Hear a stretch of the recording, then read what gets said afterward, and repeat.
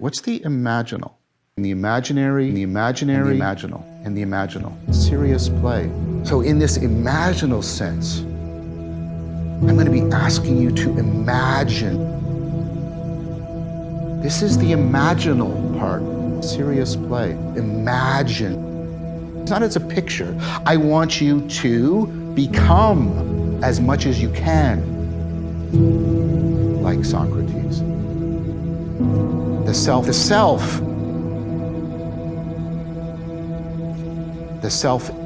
a model of the environment. It is a way of orienting to the environment. So you find your way in it in a way that develops who and what you are.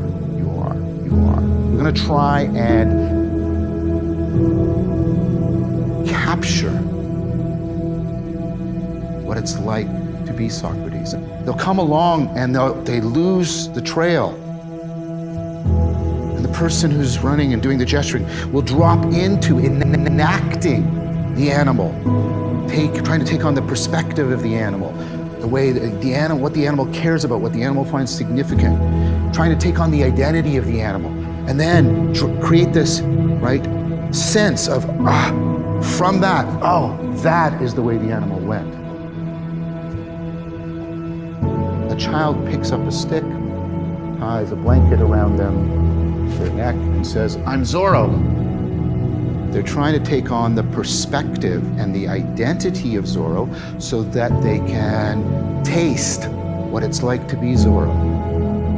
What would Zorro do? How would I do this? And that's, of course, how children primarily develop, how they go through this self-transcendence. They do that serious play. So when I'm teaching people Tai Chi Chuan, I tell them to stand and imagine from their knees down as sinking in the mud of a river. This area is flowing like water. You want this area of you to feel like water flowing. And this is like the air. You want this to feel as airy as possible. And when people do this, what's happening is they're using this imagination in the imaginal sense to enhance their perception of the world. They're doing imaginally augmented perception. So in this imaginal sense, I'm going to be asking you to imagine Socrates. What's the imaginal? And the imaginary and the imaginal and the imaginal. Serious play.